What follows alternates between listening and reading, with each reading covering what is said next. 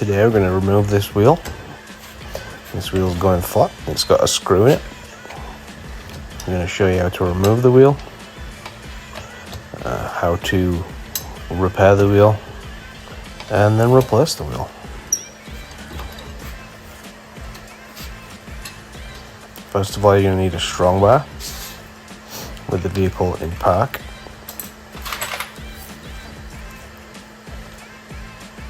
And as you can see, the jack's not lifting the vehicle yet. You want the weight of the vehicle on the wheel so you can remove those bolts.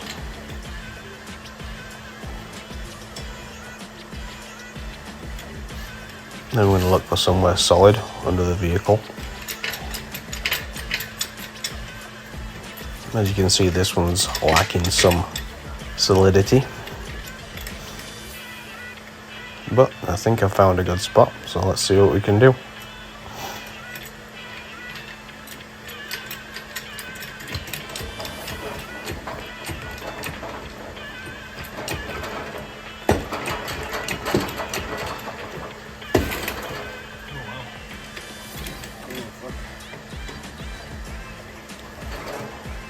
And look how wrong I was. Definitely not a solid spot.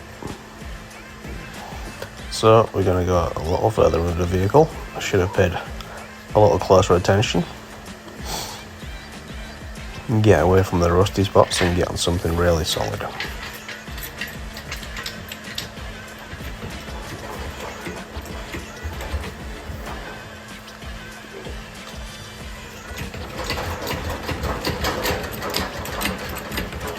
Find a real solid spot, lift her up, take us so the wheel's no longer on the ground. Do another extra couple of pumps because once you've got air in that tyre, when you put it back on, it's going to be a little bigger. And if you can find some blocking or a jack stand that you can put under there, because the hydraulic jacks tend to drop over a short period of time. Remove all the bolts. Make sure you don't lose them.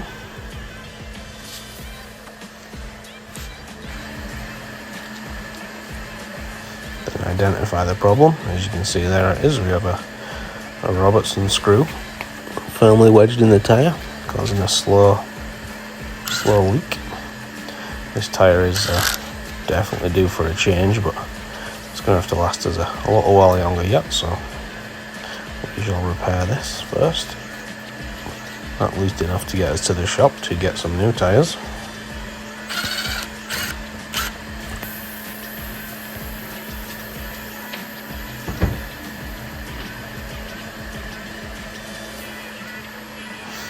That'll let the remaining air out.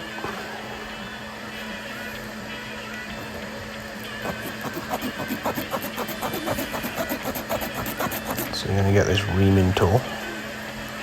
Ream out that hole there. It gives the plug something to bite on, and it opens it up a little bit.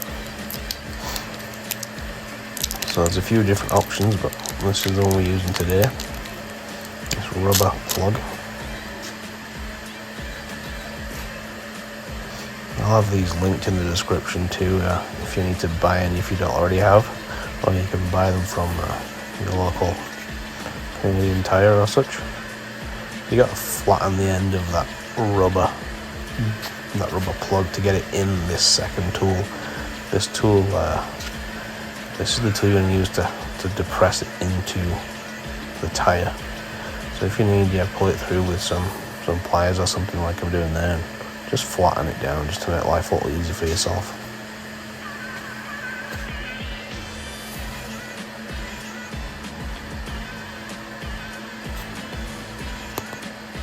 This tool's open at the end. It's difficult to see, but if you're looking closely, you could see there, or rewind the video, you'll see it's open on one end.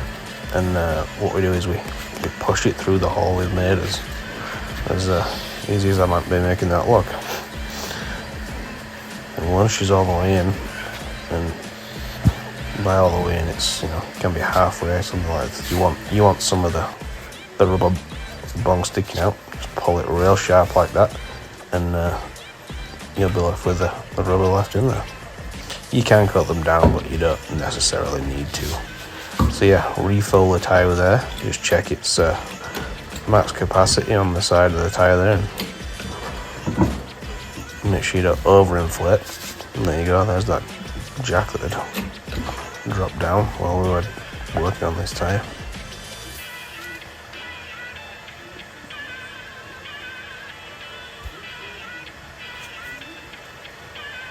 So just hand tighten those nuts for now. Once you've got them all on, take your impact and screw them on. But there is a sequence to this, so always go opposite. So start at one side, go to the other, then the bottom, then the top, left, right, top, bottom, left, right, top, bottom. Drop the vehicle down. Then you're going to want to get that strong bar again. And in an ideal world, you'd have a torque bar and get into the actual manufacturer's torque, or go by rule of thumb and just put them on there real snug. Same again, top, bottom, left, right. Make sure you're doing opposite sides all the time, and if you have more than 4 bolts, same process. Then once you've got them all relatively snug, then you can go around them in a circle. And that's it. Thanks for watching, guys.